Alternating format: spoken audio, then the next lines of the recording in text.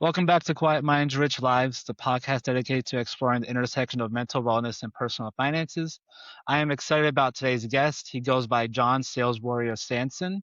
And let me tell you, this man has lived a full life. Jon brings 37 years of sales experience to the table. And you heard that right. That was 37 years. He has been happily married for 32 years. He is a proud father of two grown sons, a published author, a podcast host himself, and a sales trainer who has helped grow a business by an incredible amount of 600%. If that wasn't enough, Jon is also the retired vice president of Fidelity Investments. Today, Jon is the president of the Sales Warrior Inspire. He's here to share a story that I think is going to resonate with so many of you. Let's get into this. Jon, welcome to the show. How you doing today? Hey man, I am doing so good, Michael. Thanks for asking. I'm down in Dallas, Texas. I'm at my lake house. It's beautiful out. People are all ready for Memorial Weekend, I included. There you go. It's a little bit rainy here, a little bit overcasty, but hopefully it clears up by Hey, Monday where are you, for that holiday by weekend. the way? I'm in northern Atlanta, Georgia. Oh, you're in Georgia, like close to Atlanta? Yes. Yep, I'm about 30 miles north of Oh, Atlanta that's in a good. city called Okay. Cumming. But yeah, so basically, I'm just gonna jump right into Sure, it go here. ahead. So, Jon, I know that you lost your dad and your brother when you were about, I think, 28 years old. That's the level of grief most people can't fathom, I would believe. What was your mental state during that season of your life, and how did it affect your relationship with finances? Oh yeah, I mean, I believe I was 27 years old. I had just gotten married, and so the first family member I lost was my brother. And and to give a little backstory on my brother and I, like we were best friends. He was the best man at my wedding. He bailed me out multiple times when I was in high school and when I was in college. When I needed something other than a parent, I needed a trusted friend to get me on the right path. And my brother was always there for me. And and the morning that I found out about his passing was early in the morning. I was in bed. The telephone rang. I answered it. It was my mom on the phone, and she just could not contain herself. And she's like, Jon, my brother's name was Jeff. She was like, Jon, Jeff died last night. And I was like, total disbelief. But the best way I can Right. describe it to anybody listening to this is at that point in my life, prior to hearing that, I had two arms. And as soon as she said that my brother died, I felt like my arm had been ripped off and that I was walking around this earth with only one limb. I mean, that's how much he was a part of me. It was not just mentally and spiritually, it was physically. I, and my heart just sunk. And I started going through the levels of, uh, of grief.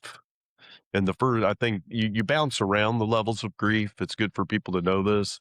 But the first one normally is disbelief. Oh no, like you're pranking me. That's not right. No, I don't believe like your mind can't fathom complete loss. It's enough to think Uh-huh. that like your car has a bad problem, and you can't get to work because your car won't start. Most people are in disbelief when that happens. They're like, oh, if I just jiggle my key a little bit, if I just do this, it's going to start, it's going to work.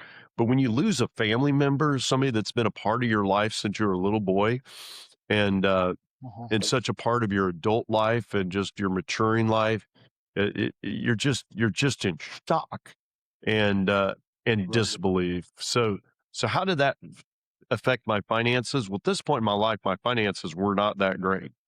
So so I would say I could still pay my bills and I didn't lose my job. Um, but then let me move on to my dad dying 3 months later. So so Yeah. I was at my office. I was selling industrial chemicals. They came and got me from my office, which was really a cubicle, like it was a stall. It wasn't an office. I want to give people a better idea. And they grabbed me from the stall and they took me into this room, and they wouldn't tell me why they were taking me away from my stall or why they were taking me into this room. And so as a salesperson, I thought something had happened with a customer.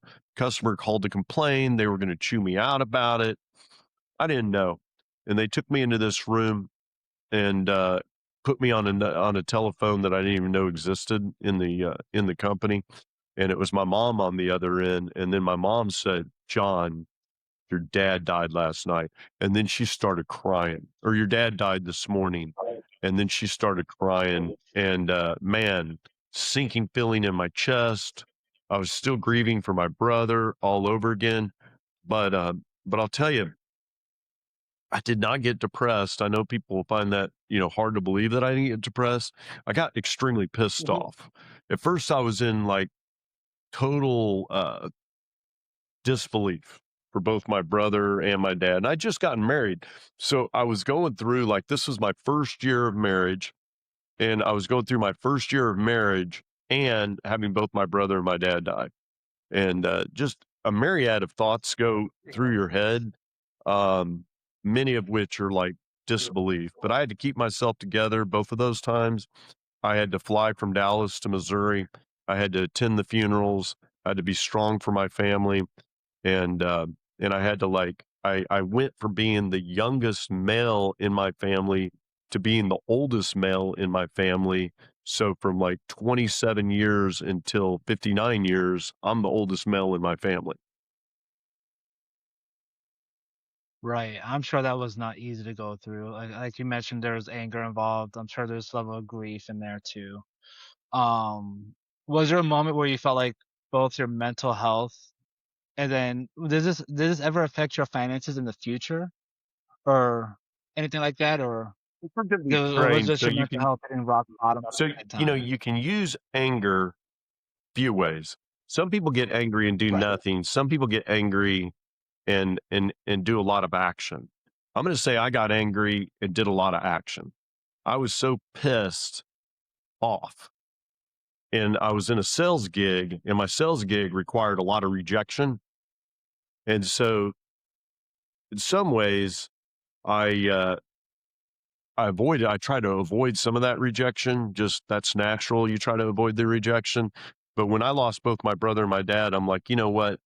This rejection is not as bad as losing a family member. I'm going to hit this rejection head on. And I hit the rejection head on, and I just drove forward. I ended up selling more than I'd ever sold before it happened. It changed me. It changed me as a person, not only in business, but it changed me as a person in enjoyment of life. And that's going to sound strange. And that happened, quite a few years later. I mean, that year of being in anger mode, I was just trying to distract myself as much as possible. And we didn't have a lot of money, but we did pay our bills. We were in debt though when it was a function of what I was doing, not my mental health. Like I was in a job that it was going to be next to impossible to get out of debt because every time I sold more, they increased my quota and then it gave me a bigger base salary. So like there's a book out there called Moving the Cheese. That's exactly what they did Yeah. to me. Like they made it impossible for me to like make break 30 grand a year. Like it was like it was impossible to break 30 grand a year, and I was one of their top salespeople. And so I left that company and went into software, thank God. And that's when I really started making money. But again, I mean, I just that monkey on my back of losing my dad and my brother, and then being fearful that I was going to die at an early age, either at 32 when my brother died or 55 when my dad died, was constantly like in my psyche that I need to exercise, I need to eat right, I need to do what it takes not to leave this earth at those ages. Right. And I love how you mentioned anger as like a tool because some people see anger as like something that could be negative, and of course it can be negative. But in this circumstances, you used it as like a positive thing, Yeah, I if had to that make a makes sense. living. My wife was in school as a teacher, and she wasn't making any money. And so, I was Right. putting her through school our 1st year of marriage, and so I was the Mhm. sole earner, and we were in debt, and so, man, I was just trying to find a way to make money, like, I was constantly thinking about that. I was interviewing other people out and about, like, if I was at a happy hour, like, most people go to a happy hour to drink. When I was in my, late 20s, I went to a happy hour to find out what they did for a living. what kind of money they made, what kind of quotas they Okay. had. I invested all kinds of industries, uh, at happy hours for years until I finally met, well, I don't think I got in the software industry based upon a happy hour. I got in the software industry based upon the Dallas Morning News One ads. I saw how much money they were offering for like entry level people, and I'm like, that's more money than I'm making a year. I'm interviewing, and it was an interesting process because it was like deny, deny, deny, deny, deny, and then I finally rang the bell. Like they didn't want to hire me to sell software. They told me I couldn't sell software, and then I started selling software. I was one of the best software salespeople they had. They just Right. argued with me. I love that. But yeah. Yeah. So, I want to touch this a little bit too. You mentioned, I think it was before the recording Yeah. started, but you mentioned something about like a God-centered approach to like sales, Yes. and I'm assuming this goes to life as well. Absolutely. How did your faith become a tool for both your mental recovery with that grief and that anger that you were feeling with the passing of your brother and your father, as well as like a financial rebuilding? Were they connected for you in either way? I probably need, in order for everybody to really understand what transpired and got me to the place I am, you probably need to know about something that happened to me at the funeral home that was kind of supernatural in nature. So the Okay. day I get to the funeral home, I'm just crushed. I get into the funeral home. I'm walking into the funeral home. I'd been there many, many times because we come from a small town. Been to a lot of funerals there. People probably aren't going to believe what I say next, but I came into the funeral home, had not yet seen my dad's dead body, and I'm walking into the funeral home. I'm with my wife, and then I see what looks like, and this is going to sound strange, but I see what looks like a Tinkerbell, like a little fairy, but it's my brother, and my brother is flying around the room, and he's happy as can be that my dad's dead and is going to be with him. Like he is just joyous and jovial and doesn't want me to be sad and is glad I'm here to celebrate my dad's life. And Uh-huh. and it just like threw me back. I was like, whoa.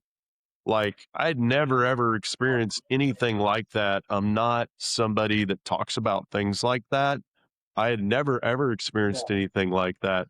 And that gave me so much peace and calm to experience that, that when I went in and I saw my dad, yes, I was sad, but then I thought about it from my brother's side because my dad and my brother were business partners, and now they get to spend Uh-huh. eternity with each other.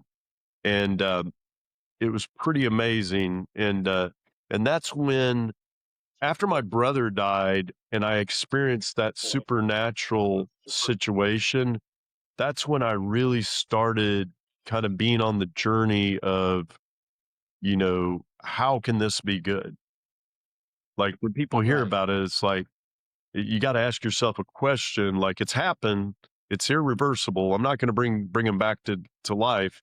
Uh-huh. How can I live in this situation, and how can this be good? And so I would think of things like, well, who could be my father figure now that I don't have a father figure? uh, who could be my brother now that I don't have a brother? And so I was like constantly in search of who could fill the gap. Was it going to be my uncle for my dad? And my uncle did step in, God love him, and in some respects he was my father figure and been great with my kids and everything. And some of my cousins have been like my brother figure because life takes on a new meaning. Like when you lose your nuclear family, that really changes you. Uh, It does. it definitely changes you. I hope I helped answer. I know I went on a tangent, but I wanted to make sure people heard that because it's supernatural in nature, and really to understand my story, you had to have heard that. Oh, you asked about Yeah. how did I use God centered principles in my life? Well, early on, even before my dad had passed away, I was doing Bible training. I was taking Bible Okay. courses. I wasn't making a lot of money, so I was building up my spiritual mind. in order to, Mhm. build up my, financial situation, and I was really leaning into scripture and things like that, and one of the first things I did, which started to move the needle forward for me, was in my Bible, I took out a list, and I wrote, like, 12 or 13 things that I was trying to accomplish, both big and little, but at the time, they seemed extremely important to me. And one of them is gonna be Right. really strange. Like, I think the first one was, I wanted to have a good job with upward mobility at, like, a Fortune 500 company. That was one of them. I had that written down before I got a decent job at a Fortune 500 company with a little bit of upward mobility. And then, like, under there, I had, wanna get married, and, I don't think I said I wanted to have kids because I was not in that mindset yet. I was like, but I did know I wanted to get married. I wanted to have a house. I, uh, I wanted to, and this is gonna sound really strange, but it will really drive home this next story. I wanted to join a co-ed sand volleyball team because I wanted to meet girls and, in an environment that was not, like, necessarily bar related, and, Right. and then the things just started happening, like, um, and where this comes from, there's scripture that says, "Without a vision, my people perish, and an idle mind is the devil's workshop. And as a man That is thinketh, very true. so is he." So it's not enough just to write down your vision, which is exactly what I did, but you Mhm. also have to look at your vision. Like, I teach that. Like, it's not enough to sorry about that. It's not enough to, like, write your goals down. Um, you you got to look at your goals, and because something Mhm. magical happens. For one, like, it's almost like the Holy Spirit part of your brain gets turned on, which science would call subconscious. But the Mhm. subconscious starts doing things and putting you in situations where you can achieve your goals. And, and sometimes it goes against the logical mind, and you have to go with it because if you truly believe that, like, you're moving in the spirit, that's where all the blessings are, is moving in the spirit. Mhm. When you move against the spirit, that's where all the bad things happen. The The turmoil, yeah, the all that stuff. condemnation, the lies that, the dark side tells you that, like, if one drink is good, 20 drinks is better. No, that's incorrect. Everything in Yeah. moderation. Um, you Mhm. know, uh, Having a bunch of stuff will make you happy. That's incorrect. Uh, you know, there's just so many things that are just lies that society teaches, but definitely in life and in sales, the God-centered principles have carried me through because I've always known that, like, God was gonna bless me. I didn't look at a situation like a one and done, it's binary. I didn't think, "Oh, I missed it, I got it, I did this, I did that." I always thought of it as, like, seed time and harvest. Like, if I'm planting good Mhm. seeds, I will get a massive crop. Like, and I'm Right. willing to wait for the massive crop, and I'm willing to do the right thing for the customers and give them what they should have, not what I want them to have. Uh, Right. and that's always been, like, paramount. Because at the end of the day, I always tell my kids this, like, especially when they're little and they're going to, like, grade school or whatever, um, Mhm. and it's kinda teasingly, but, like, say I ask one of them to clean the kitchen. If I go into the kitchen right now and I look at it, am I gonna be happy? And they're like, "What?" And I'm like, if I go in there right now, you just clean the kitchen, am I gonna go in there and I'm gonna be like, "Oh, man, they did a great job. I'm so happy." Or and worse yet, if Jesus went in there and looked at it, would he be happy? Would he think you did your best, or did you just do the job? Did you do your best, or did you just do your job? And, like, when I was in sales, I always thought, like, I'm gonna do the job that Jesus would want me to do for these people. Like, Right. I'm gonna treat them like family. I'm gonna make my people treat them like family. I'm gonna try to kill them with amazing, customer service, and more importantly, I'm gonna Right. let them know that, like, I care about them. That's missed on so many salespeople. So many salespeople are It thinking is. about how much money they're making, which, Right. yeah, that's important because you gotta pay your bills, but Mhm. but when you focus on them, the money comes. And people will argue with me on that, but I'm proof that that's true, and I'm also proof that if you write your goals down, you will get what's on your heart. Like, as a man Mhm. thinketh, so is he. And I mean, I'm sitting in this lake house right now, and I remember at like 13 years of age, it was what was it?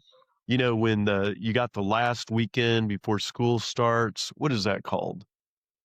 Is that Like summer is that break? like Labor Day? Is Labor Day right before school starts normally? I just remember being at the lake No, I think so, and yeah. just having that sick feeling in my gut that I gotta start school tomorrow, like, summer's over, summer's officially over, and, Mhm. and then I just, like, right then and there thought, "You know what? I don't want this to end.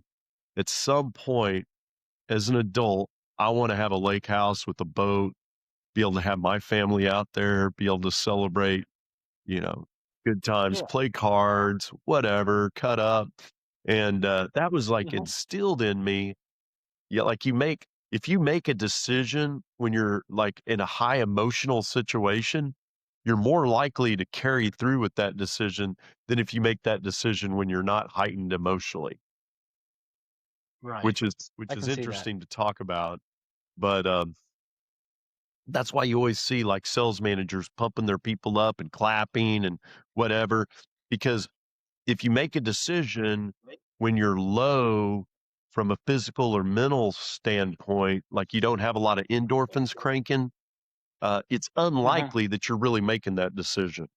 That's like when you get married, they play all that jovial music and everything because you're making a lifetime decision to marry this person for the rest of your life. You can't do that in silence. You got to like jazz up the jazz. You're excited. Yes. Yeah. I get that because I come from a sales background too, Okay. like, I've done telecom sales Yeah. before, um, and I love that you mentioned putting the client first and the sales second aspect of it. Because of course, at the end of the day, you do have to pay your bills, support your family, all that stuff. But if you're not putting the clients first, you're not gonna get paid. You know what I Well, mean? yeah. And so when you prospect, there are people that can afford more expensive products than other people. And there are people that Right. want more expensive products than other people. And so how you pay your bills is you prospect for people that can spend more and want the more expensive products and can what do I want to say? That they can receive the benefits of the more expensive products and they're used to paying more because they want these type of benefits. Like some people are willing to pay more for a better, better product. It's like Uber. Like there's a very, very cheap Uber. Mhm. There's an Uber where you can wait. There's an Uber where you can be the third wheel in somebody else's, you're like the last guy to get picked up and the last guy to get dropped off and you pay the least amount of money.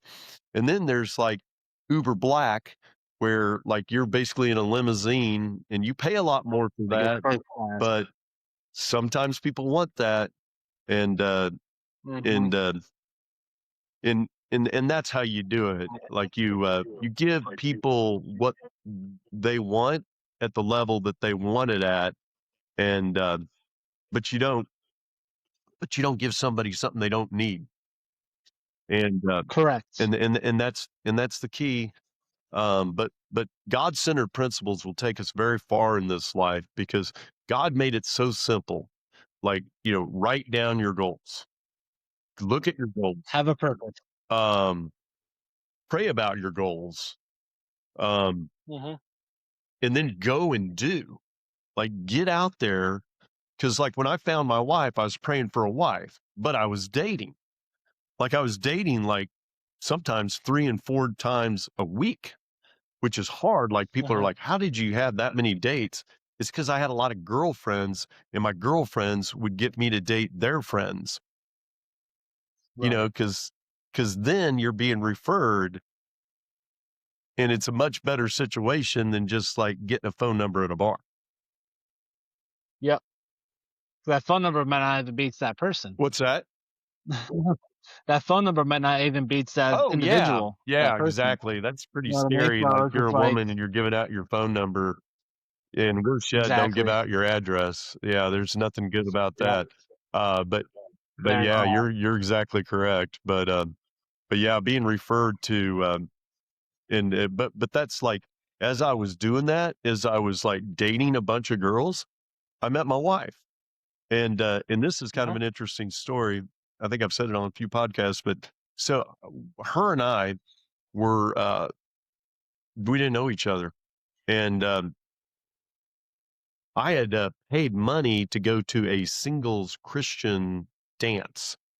And back then, this was a lot of Sure. money for me. It's like $25. It included like drinks and food and snacks or whatever. And I was like, okay. And I think they had a band. And so it was like $25. Then my buddy calls me up. His name's Rick. He's like, hey, we're going to go to this Missouri SMU, no, Missouri Baylor football game. And I'm like, "No, dude, I can't, because that's Friday night, and Friday night, I'm going to the singles dance, and I already got my ticket, and I can't get my money back." He's like, "No," he's like, "I bought you a ticket to this football game, and you're coming with me." And I'm like, "Dude, I can't. Give it to somebody else, blah, blah, blah, blah." And he was insistent, and he was one of the groomsmen, because that's the day I met my wife, and he was one of the groomsmen in our wedding. But so here's the real kicker. So we meet each other and, we hang out in Dallas, and then we go to the Baylor football game in Waco, and then we drive back, and, uh, and I think this was in the parking lot in Waco, and she looks at me and she hands me her business card, and she's like, "Hey, I am putting together a co-ed sand volleyball team, and I'd really like you and your friends to join." That's a sign right I there. know, is that God just, like, That's slapping me on the definitely a head? sign. You know? I was like, Yep. "What?" I was like, "Man," every time I think about that, it just kinda freaks me out a little bit, but yeah, so that's a true story. Mhm. That's beautiful. I love Isn't that that. wild? Yeah.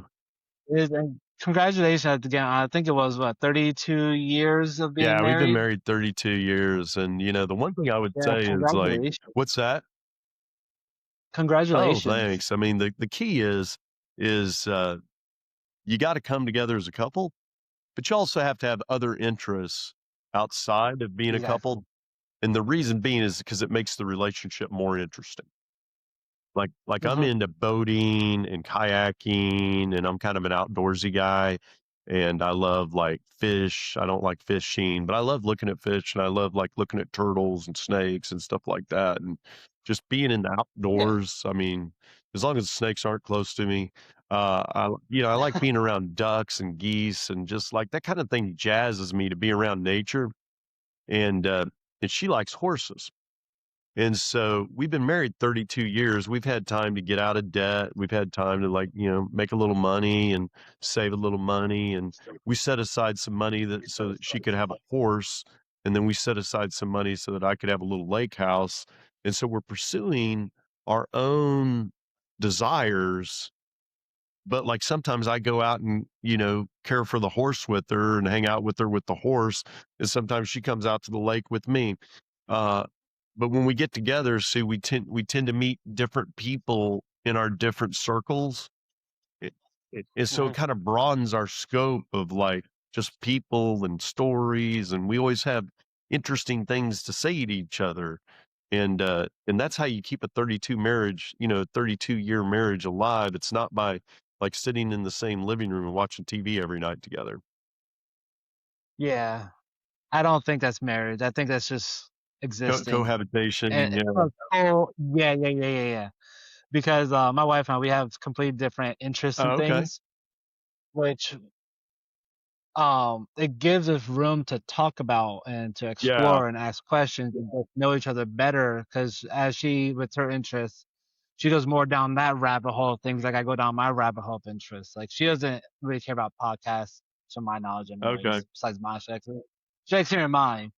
But it gives us something to talk about and like kind of just gives room to communicate with each other. Yeah, yeah, You yeah. know what No, I I mean? understand. Yeah.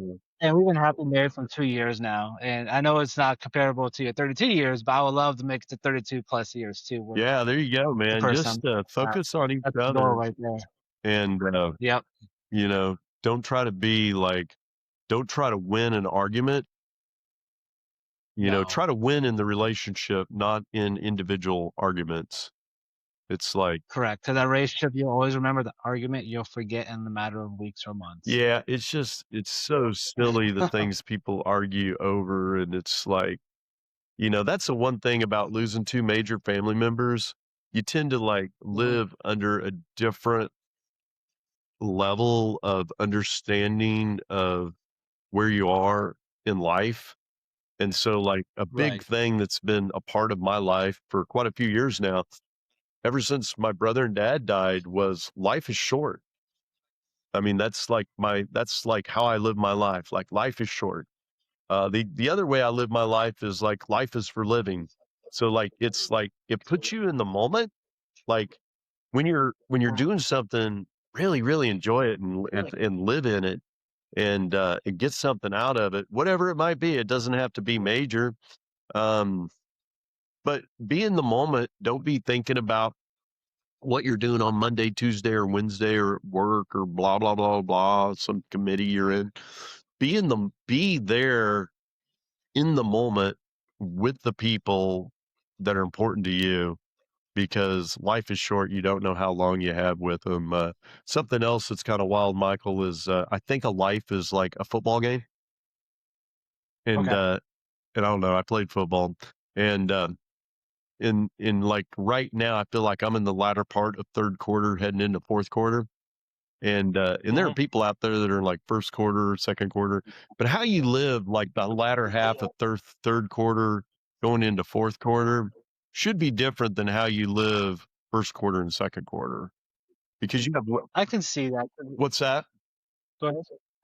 I can see that. I was just gonna say because I've seen the first and second quarter, you have a lot of energy. Life is, fruitful, all that stuff. Whereas the third and fourth quarter, it starts tiring might be the wrong word choice, but it's just like it starts to slow down a little bit. It's just kind of like you're being aware of what's going on around you instead of what's in front of you. Yeah, it's like the friends that you made 20, 30 years ago that you haven't seen in 20 Mhm. or 30 years. Now's the time to go see them. When else are you going to go see them?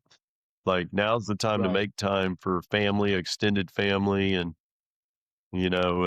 now's the Mhm. time to try to do stuff for other people too. Like when else are you going to do it? Like I think one of the worst things in the world is to be so focused on attainment that you and then too like it's it's it's uh it's a double-edged sword really because people are so focused on attainment but then they're not happy with the attainment that they've achieved. So they get to a certain level of attainment, and I use this in my book and some of my training. And so, like, you're on top of a mountain, and instead of being happy and so happy that, like, you got on top of this mountain, what do you do instead? You look Mhm. up, and there's a guy 3 feet a little higher on that mountain, and you're like, wow, I should be him. And you get absolutely no joy out of how far you've climbed None. up the mountain. Like you've climbed up a mountain, 7 years of just, being free of your situation and making all Mhm. those big life changes. And the worst thing you can do is compare yourself to somebody else because you should only compare yourself to yourself. Uh, because Correct. that's the only Exactly. fair thing to do. Yeah, because you mentioned like someone 3 feet in front of you, and you're wondering what that view must look like, whereas you might have the best view Yeah, it's like you're at the of where restaurant you're and you at feel like you currently. ordered the wrong thing. You're Mhm. sitting there and at first you like, "Wow, I really like what I got." But then you look over your shoulder and you look at somebody else's plate and it's like, "Wow, that looks a little bit better." But then you're not able to enjoy what you got, even though what you got. Correct. Might be just what you need at that moment. Yeah, and yeah, exactly. And it might be perfect for you. And you Mhm. don't even know looking at their plate, it might be amazing, but it also might be the diabetic plate, and it could be the most Yep. tasteless, amazing looking food you've ever seen in your entire life, and you got the full on cholesterol boosted, salted Yep. from the chef in your face. We're not worried about your health Mhm. plate, and you're sitting there saying you want the other one, or vice versa. But the key is Yeah, comparison is the thief of joy. of course. So I know we're getting a little bit pressed on Yeah, yeah, time. no worries. So one last question for you. Yeah, This relates back to your 28-year-old self. yeah. What would you tell yourself? What would you tell your 28-year-old self as what you know today Oh, okay. to try and help them or help yourself to make it a little bit easier Oh, to make it easier to get to through? where I am today? Yes. Yes. Yeah, I would say, lean into your faith and, uh, Okay. and build yourself up, and, uh, and I believe in you. Like, if I could sit there and look at my 27-year-old self, I'd say, "Hey, John, build lean into your faith. Look look up at God, don't look down at your shoes, and, Wow. lean into your faith and, uh" and build yourself up. Like, we serve a big God. You could be a big person. Like, it's okay for you to be a big person. It's okay for you to go to the gym. It's okay for you to work out. It's okay for you to put fuel into your body instead of food. It's okay for you Mhm. to try to be the very best, biggest person you can possibly be. It's okay for you to read 14 books a year. It's okay for you to increase your vocabulary. All these things are okay. There's nothing wrong with you becoming a bigger, better person. In fact, God would probably want you to be a bigger, better person. And then, and then too, at some point along the way, relationships are the most important part of your path. I mean, Like, relationships are the most important part of your path because you can be all locked into God and you can be this bigger, better person. But if you have no relationships, it's a very empty existence. And happiness there's a is lot meant of to be shared. unhappy, successful people out there, Mhm. and, there's a lot of, like, ultra wealthy people that take their own lives, and Yep. Tony Robbins does a good job of talking about this, but it's because they've never evaluated themselves as being successful. So if you don't evaluate yourself as being successful, then you might as well not have done anything because if your own mind's eye thinks that I'm a millionaire, but I'm not a billionaire, I'm a this, but I'm not a that, I'm 6 foot, but I'm Mhm. not 6'3", or whatever. Like it's Right. always like the bigger, better deal. When you're focused on the bigger, better deal, then you can't experience what you have. And if you can't experience what you have, then you can't have joy. And if you can't have joy, like joy is a part of God's gift to us.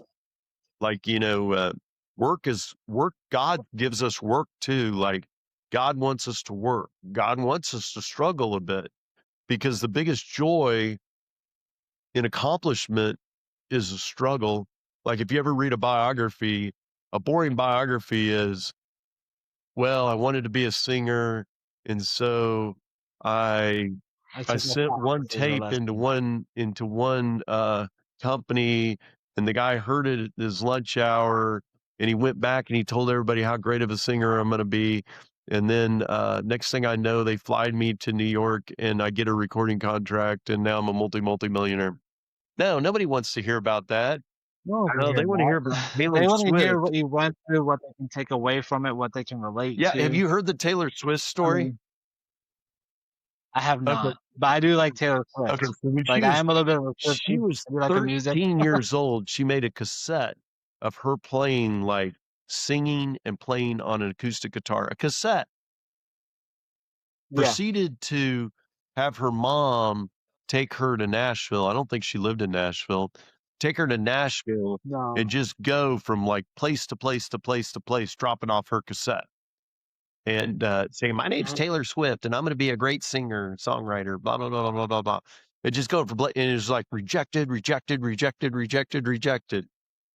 And, Oh, look at her now. yeah, I mean, some of the biggest, like, stories of success started with rejection. A lot of people think that like success is like you there's certain part of it is talent and the certain part of it is Uh-huh. like just out and out tenacity and drive. And there's That's more right. stories about tenacity and drive mixed with talent that became exponentially successful.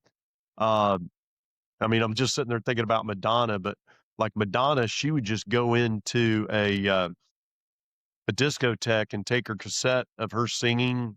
It was probably a pretty good demo or whatever, and have her play and have them play her music with her singing. And I mean, she was just Uh-huh. gutsy that way.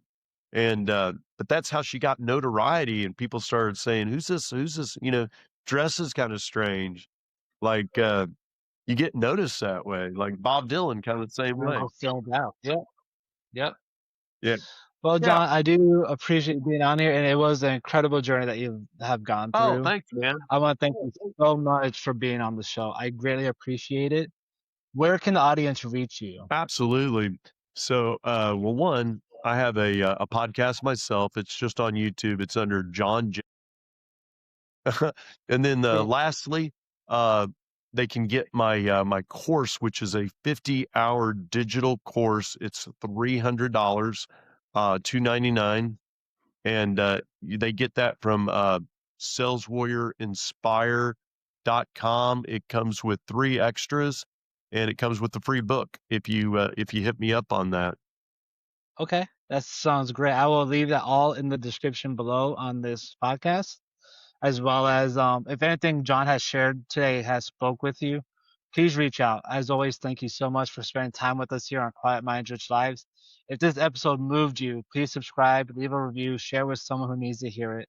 Until next time, quiet your mind and go build yourself a rich life. Take care, everyone. John, it was great having you on here. Oh, absolutely.